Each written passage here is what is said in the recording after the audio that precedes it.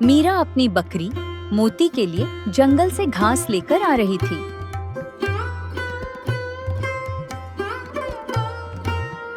तभी पास वाले पेड़ पर जादुई पक्षी बैठा हुआ था। फिर उसने मीरा को देखकर बोला, वाह, यह औरत कितनी मेहनती है। मैं पिछले कई सालों से देख रहा हूँ। यह हर सुबह आती है और अपनी बकरी के लिए ताज़ा घास काट ले जाती है। लेकिन एक बकरी भला कितना दूध देती होगी? इतने दूध से तो बस इनके घर की चाय ही बनती होगी। फिर यह बेचते क्या होंगे?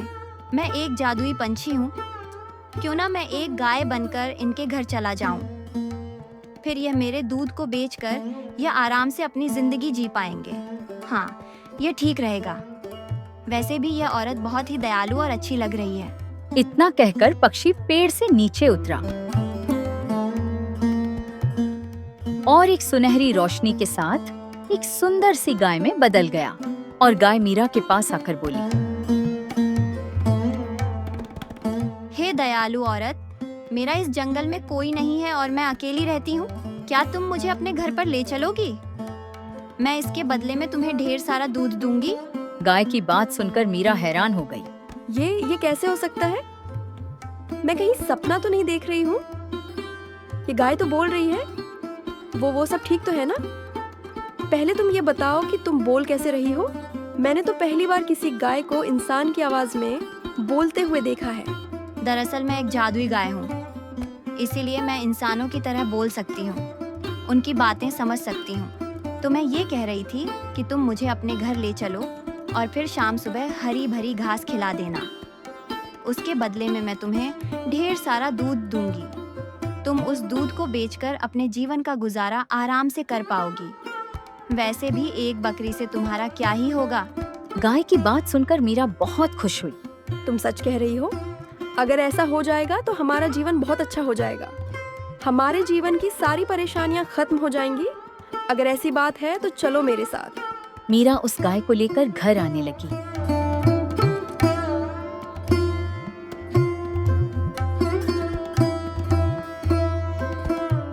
थोड़ी देर बाद मीरा गाय को लेकर घर पहुंच गई। मीरा, तुम बकरी के लिए जंगल से घास काटने गई थी ना? ये तुम किसकी गाय पकड़ कर लाई? अजी, मैं इस गाय को कहीं से पकड़कर नहीं लाई हूँ। दरअसल यह तो मुझे जंगल में मिली है। हमें तो बस इसे थोड़ा सा चारा देना होगा और उसके बदले में ये हमें ढेर सारा दूध देगी। एक बकरी से हमारा गुजारा तो हो ही नहीं पाता है। अब इस गाय का दूध बेचकर हमारी परवरिश अच्छे से हो पाएगी। मीरा, तुम सच कह रही हो? तब तो तुमने यह बहुत अच्छा काम किया। फिर हम आज से ही इस गाय को अच्छे से पालेंगे। उस दिन के बाद से दोनों रोज रोज गाय के खाने के लिए जंगल से हरी हरी घास काट कर लाते।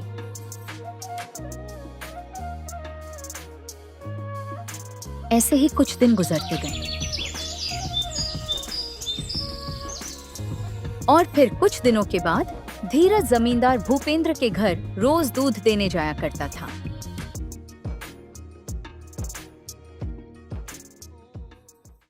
फिर एक दिन उसका पड़ोसी मदन यह सब देखकर सोच में पड़ गया। अरे अरे, इसके पास तो बस एक बकरी थी, फिर ये कैसे रोज रोज बाल्टी भरकर दूध बेचता है? भला एक छोटी सी बकरी इतना दूध कैसे दे पाएगी? हो ना हो कोई रहस्य की बात है। मुझे जल्दी से पता लगाना होगा कि आखिर यह इतना दूध लाता कहाँ से है। मदन अपनी पत्नी को यह सब बताने घर की तरफ निकल पड़ता है।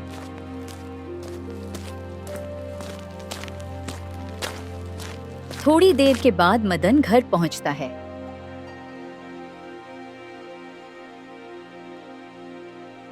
अरे ओ भाग्यवान, सुनती हो? ये बात तो तुम भी जानती हो कि पड़ोसी धीरज के पास एक ही बकरी थी, लेकिन ना जाने कहां से रोज रोज बाल्टी भर के दूध बेच रहा है। हमें इस बात का जल्दी से जल्दी पता लगाना होगा, वरना वो जल्दी ही हमसे भी अमीर हो जाएंगे। अजी, अगर ऐसी बात है तो फिर आप जाइए और जल्दी से जाकर पता लगाइए, क्योंकि मैं ऐसा होते हुए बिल्कुल भी नहीं देख सकती हूँ। हाँ हाँ ठीक है जी, तुम चिंता मत करो, मैं जा रहा हूँ।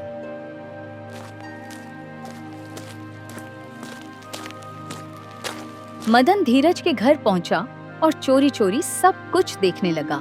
अरे ओ मेरी प्यारी सी गाय, तुम्हें और घास खानी है तो बताओ, मैं अभी लाता हूँ। नहीं नहीं धीरज, आज तुमने मुझे बहुत खिला दिया, अब मैं थोड़ा भी नहीं खा सकती। वहीं दूसरी तरफ मदन गाय को बोलता हुआ देखकर बहुत ज्यादा हैरान हो गया। अरे अरे, ये मैं क्या देख रहा हूँ? ये गाय तो बोल रही है, लेकिन ये कैसे हो सकता है? भला गाय भी इंसानों की तरह बोलती है क्या? धीरज, आज तुमने मुझे बहुत सारी घास खिला दी है, तो इसलिए आज मैं तुम्हें बहुत सारा दूध दूंगी। तुम्हें जितना दूध चाहिए तुम उतना बाल्टी यहाँ पर रखकर चले जाओ। फिर कल सुबह तुम वो सारी की सारी बाल्टियाँ दूध से भरी हुई पाओगे। नहीं नहीं, तुम्हें ज्यादा दूध देने की जरूरत नहीं है। तुम पहले जितना दूध देती थी उतना ही दो, क्योंकि इतने दूध में हमारा गुजारा अच्छे से हो जा रहा है। वैसे भी ज्यादा लालच करना ठीक नहीं होता। क्या अब तुम खुश हो? मुझे यहाँ लाकर तुम्हें परेशानी तो नहीं हो रही है ना? मुझे चारा देकर मेरे दूध से तुम्हें कुछ फायदा हो रहा है या नहीं हो रहा? बोलो धीरज। हाँ बिल्कुल हो रहा है बबली, तुम्हारे दूध के कारण ही तो हमें 2 वक्त की रोटी अच्छे से मिल रही है। अच्छा, तो यह जादुई गाय दे रही है धीरज को बाल्टी भर भर कर दूध। अब जल्दी से जल्दी मुझे कुछ योजना सोचनी होगी। हाँ, मैं समझ गया। कल धीरज बबली को जंगल में घास चराने ले जाएगा, तब मैं उसे मार दूंगा। फिर मैं देखता हूं कि दूध कहां से लाकर बेचता है। हाँ, यही ठीक रहेगा। मैं ऐसा ही करूंगा। फिर अगले दिन धीरज, मैं तुमसे एक बहुत ज़रूरी बात कह रही हूँ, तुम ध्यान से सुनो। अगर मुझे कभी कुछ हो जाए या किसी ने मुझे मार दिया तो तुम बिल्कुल भी चिंता मत करना।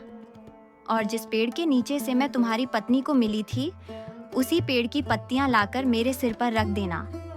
मैं पुनः जीवित हो जाऊंगी, क्योंकि मेरे पास यह शक्ति है धीरज। ठीक है बबली, लेकिन तुम ऐसी बात क्यों कर रही हो? मेरी किसी से दुश्मनी नहीं है, तो भला तुम्हें कोई मारना क्यों चाहेगा? तुम ऐसी बातें क्यों कर रही हो? चलो, आज मैं तुम्हें जंगल लेकर चलता हूँ। वैसे भी तुम्हें जंगल गए हुए काफी दिन हो गए हैं। मीरा, मैं जा रहा हूँ बबली को लेकर जंगल में घास खिलाने के लिए। अगर लौटने में थोड़ी देर हो जाए तो चिंतित मत होना। ठीक है जी, जाइए, लेकिन थोड़ा ध्यान रखिएगा, जंगल में बहुत सारे खूंखार जानवर होते हैं। ठीक है भाग्यवान, इस बात का विशेष ध्यान रखूंगा, तुम चिंता मत करो।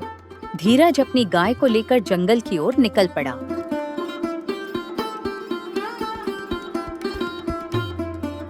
थोड़ी देर के बाद में धीरज बबली को लेकर जंगल पहुंचा।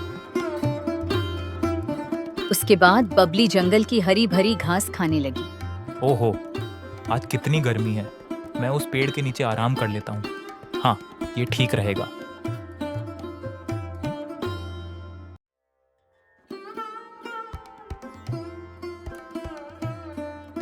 धीरज पेड़ के नीचे जाकर बैठ गया।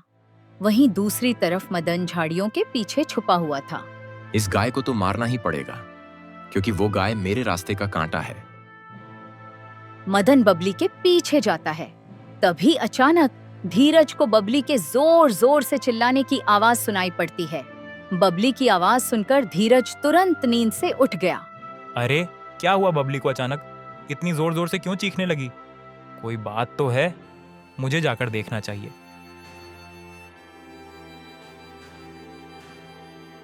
धीरज बबली के पास आया और सामने के नजारे को देखकर बहुत ज्यादा हैरान हो गया, क्योंकि बबली अब मर चुकी थी।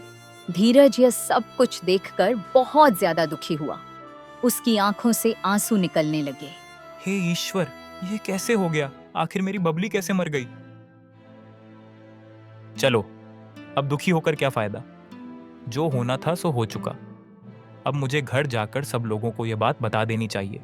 धीरज आंखों में आंसू लिए घर आने लगा। फिर थोड़ी देर के बाद में धीरज घर पर पहुंचा। अजी, क्या हुआ? आप इतने दुखी क्यों लग रहे हैं? और आप तो बबली को जंगल में लेकर गए थे ना? फिर वो कहाँ पर है? आपके साथ वो दिखाई नहीं दे रही है। कहीं आपने उसे छोड़ तो नहीं दिया? नहीं नहीं मीरा, मैंने बबली को कहीं नहीं छोड़ा। दरअसल बबली अब हमारे बीच नहीं रही, वो मर चुकी है। अरे अरे, आप ये कैसी बातें कर रहे हैं? ऐसे कैसे बबली हमारे बीच नहीं रही? आप तो उसे जंगल में घास चराने ले गए थे ना? आपको कोई गलतफहमी हुई होगी। आप मुझे शुरू से सारी बात बताइए। दरअसल मीरा, मैं बबली को जंगल में चरा रहा था। तभी मुझे बबली की चीखने की आवाज़ सुनाई पड़ने लगी। जब मैंने जाकर देखा तो हमारी बबली मर चुकी थी। मीरा धीरज की बात सुनकर बहुत दुखी हुई और उसकी आंखों से दुख के आंसू निकल पड़े। नहीं, ऐसा नहीं हो सकता जी। आखिर भगवान हम जैसे गरीबों के साथ ये सब कुछ क्यों करते हैं? ये गाय ही हमारी कमाई का एकमात्र सहारा थी और उसको भी भगवान ने हमसे छीन लिया। अब तो हम भूखे ही मर जाएंगे। अब हमारा क्या होगा? अजी, तुम परेशान मत हो। ये गाय दोबारा से जीवित हो सकती है। मुझे इस गाय का राज पता है। मैं जा रहा हूँ जंगल। वापस आकर तुम्हें सब कुछ बताता हूँ। चलिए, ठीक है, जाइए, लेकिन जंगल में थोड़ा संभाल कर जाइएगा, क्योंकि कब कहाँ से जंगली जानवर आ जाए कुछ पता नहीं रहता जी। ठीक है मीरा, तुम चिंता मत करो, मुझे कुछ नहीं होगा। धीरज अपनी पत्नी को इतना कहकर जंगल से पत्तियां लाने निकल पड़ता है। थोड़ी दूर चलने के बाद धीरज उस पेड़ के नीचे पहुंच जाता है, जिस पेड़ के नीचे उसकी पत्नी को वह जादुई गाय मिली थी। हाँ, यह वही पेड़ है। मीरा को इसी पेड़ के नीचे वो जादुई गाय मिली थी। मुझे जल्दी से जल्दी इस पेड़ की पत्तियों को तोड़कर गाय के पास ले जाना होगा। धीरज पेड़ से पत्तियां तोड़कर गाय के पास जाने लगता है। फिर थोड़ी देर के बाद में धीरज गाय के पास पहुंच जाता है और पत्तियां उसके सर पर रख देता है। तभी अचानक एक तेज रोशनी के साथ गाय जीवित होकर अपने पैरों पर खड़ी हो जाती है। ये सब कुछ देखकर धीरज बहुत खुश होता है। वो मेरी प्यारी सी गाय, आखिर तुम जीवित हो ही गई। तुम्हें पता है, मुझे तुम्हारे बिना बिल्कुल भी अच्छा नहीं लग रहा था। धीरज, अब तुम्हें दुखी होने की कोई जरूरत नहीं है, क्योंकि अब मैं दोबारा लौट आई हूँ। तो चलो, हम फिर से घर चलते हैं। वैसे भी घर की मालकिन मेरे बिना परेशान हो रही होगी। हाँ हाँ बबली, तुम ठीक कह रही हो। चलो हम चलते हैं। वैसे भी मीरा तुम्हें देखकर बहुत खुश होगी।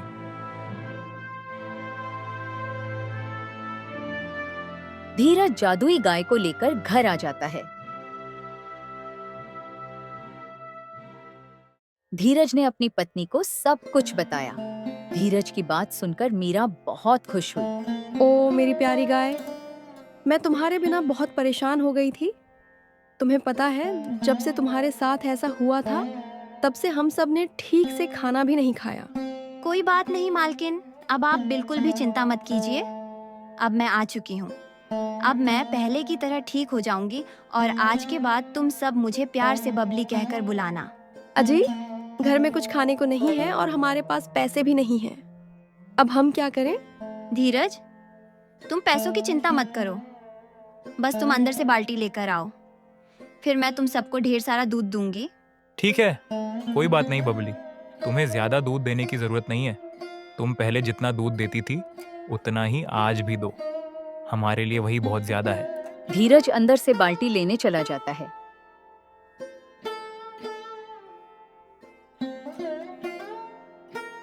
थोड़ी देर के बाद में बाल्टी लाकर गाय के पास रख देता है।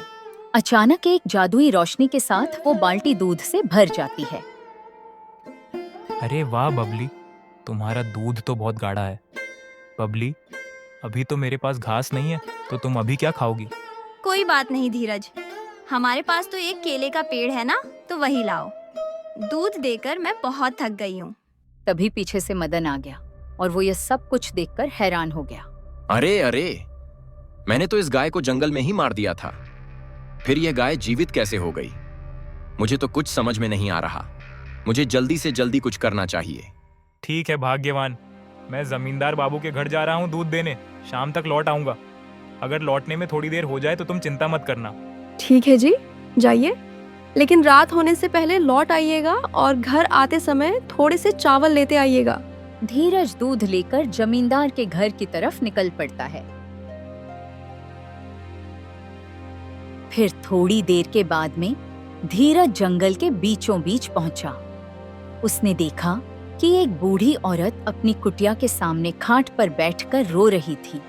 वो बेचारी बूढ़ी माँ काफी दुखी लग रही है। मुझे उसके पास जाकर उनकी सहायता करनी चाहिए। इतना कहकर धीरज बूढ़ी माँ के पास गया। क्या हुआ बूढ़ी माँ, आप रो क्यों रही हैं? कोई परेशानी हो तो आप मुझे बताइए, हो सकता है मैं आपकी कुछ सहायता कर पाऊँ। बेटा, मैं पिछले दिनों से बहुत भूखी हूँ। मैंने कुछ नहीं खाया है और मुझे बहुत जोरों की भूख लगी है। अगर तुम मुझे कुछ खाने के लिए दे दो तो बहुत अच्छा होगा। धीरज बूढ़ी माँ की बात सुनकर बहुत ज्यादा दुखी होता है। ओहो, जरा देखो, ये बूढ़ी माँ थोड़े खाने के लिए कितना परेशान है। सबके पास अपने अपने दुख हैं। इस दुनिया में कोई भी पूरी तरह से सुखी नहीं है। तुम क्या सोचने लगे? क्या हुआ बेटा? कुछ नहीं बूढ़ी माँ, मैं समझता हूँ बूढ़े होने पर बहुत ज्यादा भूख प्यास लगती है। वैसे बूढ़ी माँ, आपके बहू और बेटे कहाँ पर हैं? बेटा, मेरे 3 बहू और बेटी है, लेकिन वो सभी मुझे बुढ़ापे में छोड़कर बाहर कमाने के लिए चले गए और कभी हाल चाल भी पूछने नहीं आते हैं। बूढ़ी माँ की बात सुनकर धीरज को बहुत ज्यादा बुरा लगा। चलिए ठीक है, कोई बात नहीं बूढ़ी माँ, मेरे पास दूध है तो मैं आपको थोड़ा दूध दे देता हूँ, आप उस दूध को पी लेना। ठीक है बेटा, तुम मुझे थोड़ा सा दूध दे दो। कम से कम उस दूध को पीकर मैं कुछ दिन तो जीवित रहूंगी। फिर आगे भगवान की जो मर्जी होगी वो होकर ही रहेगा। धीरज बूढ़ी माँ को दूध दे देता है और बाकी बचे हुए दूध को लेकर घर की तरफ निकल पड़ता है। थोड़ी देर चलने के बाद धीरज जमींदार के घर पहुंच जाता है। जमींदार बाबू, अरे ओ जमींदार बाबू, जरा बाहर तो निकलिए। यह देखिए, मैं आपके लिए बिल्कुल शुद्ध और ताज़ा दूध लाया हूँ। हाँ हाँ ठीक है, रुको धीरज, अभी आ रहा हूँ। थोड़ी देर के बाद जमींदार घर से बाहर निकलता है। अरे धीरज, तुम बहुत दिनों के बाद दूध लेकर आए हो। अभी तक तुम कहाँ थे? कोई परेशानी थी क्या? नहीं नहीं जमींदार जी, कोई परेशानी नहीं थी। दरअसल कुछ दिनों से मेरी गाय बीमार थी, बस इसीलिए मैं आपके घर दूध देने नहीं आ पा रहा था। लेकिन अब ठीक हो चुकी है। आज से मैं हर रोज आपके घर दूध लेकर आया करूंगा। धीरज जमींदार को सच बताना नहीं चाहता था, इसलिए इधर उधर की बातें करने लगा। उसके बाद धीरज दूध देकर घर की तरफ आने लगा। थोड़ी देर के बाद धीरज घर पर पहुंच जाता है। ऐसे ही दिन गुजरते गए। अब धीरज के पास किसी भी चीज की कमी नहीं थी और वो गरीब मजबूर लोगों की कई तरह से मदद करता। नहीं, ऐसा नहीं हो सकता। दूध बेचकर तो धीरज ने काफी धन इकट्ठा कर लिया है, वो भी बस एक गाय से। अगर ऐसा ही चलता रहा तो वह अमीर हो जाएगा और वह सबकी मदद भी कर रहा है। सबकी जुबान पर सिर्फ धीरज का नाम है। देखना, वो गाय भी मैं जल्दी ही मार डालूंगा। मदन फिर से लालच में आ गया।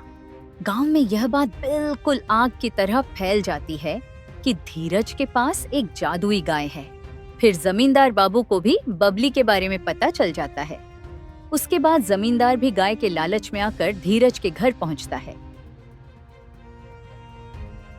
मैंने सुना है तुम्हारी गाय का दूध बहुत अच्छा है। क्या मैं तुम्हारी गाय देख सकता हूँ? धीरज स्वभाव का बड़ा ही भोला था, इसलिए वो जमींदार से कहता है, हाँ जरूर, क्यों नहीं जमींदार बाबू, आप मेरे साथ चलिए। धीरज जमींदार बाबू को लेकर गौशाला की तरफ जाने लगता है। थोड़ी देर बाद धीरज और जमींदार गौशाला के पास पहुंचते हैं। जमींदार बाबू, ये है वो मेरी जादुई गाय जो मुझे हर रोज बाल्टी भर के दूध देती है। अच्छा धीरज, मुझे लेकिन यकीन नहीं हो रहा। क्या तुम अभी मेरे सामने इस गाय से दूध मांग सकते हो? हाँ जमींदार जी, क्यों नहीं। आप थोड़ा रुकिए, मैं अभी इस गाय से दूध मांगकर आपको दिखाता हूँ। धीरज तुरंत घर से एक बाल्टी लाकर गाय के पास में रख देता है। हे जादुई गाय, मुझे जमींदार जी को तुम्हारी जादुई शक्तियाँ दिखानी है, तो इसीलिए तुम मुझे बाल्टी भर दूध दे दो। धीरज के इतना कहते ही एक सुंदर रोशनी के साथ बाल्टी में दूध भर जाता है। जमींदार यह सब कुछ देखकर और भी ज्यादा लालच में आ जाता है। धीरज, तुम मुझे यह गाय दे दो। मैं तुम्हें इसके बदले बहुत सारा धन दूंगा, क्योंकि यह गाय मुझे बहुत खूबसूरत लग रही है। नहीं जमींदार बाबू, आप ये गाय नहीं ले सकते, क्योंकि आप इसका गलत इस्तेमाल करेंगे। लेकिन ये गाय सिर्फ ईमानदार लोगों के लिए है। मैं इसको लेकर जाऊंगा, देखता हूँ मुझे कौन रोकता है। जमींदार ने जैसे ही गाय को ले जाने के लिए उसकी रस्सी खोली, वैसे ही जमींदार के हाथ बहुत तेजी से जलने लगते हैं। धीरज ये सब कुछ देखकर हैरान हो गया।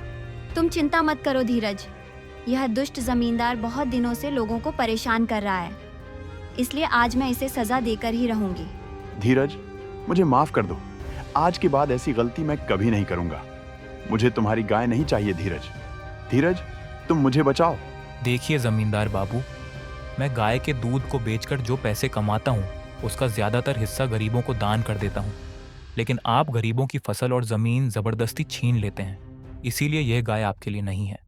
मुझे अपनी गलती पर पछतावा है। मैं समझ गया हूँ। तुम अपनी गाय रख लो और मुझे माफ कर दो। अरे नहीं नहीं, आपको माफी मांगनी ही है तो आपने जिन जिन लोगों की जमीन पर कब्जा किया है उन सबकी जमीन लौटा दीजिए और आप उन सबसे माफी मांग लीजिए।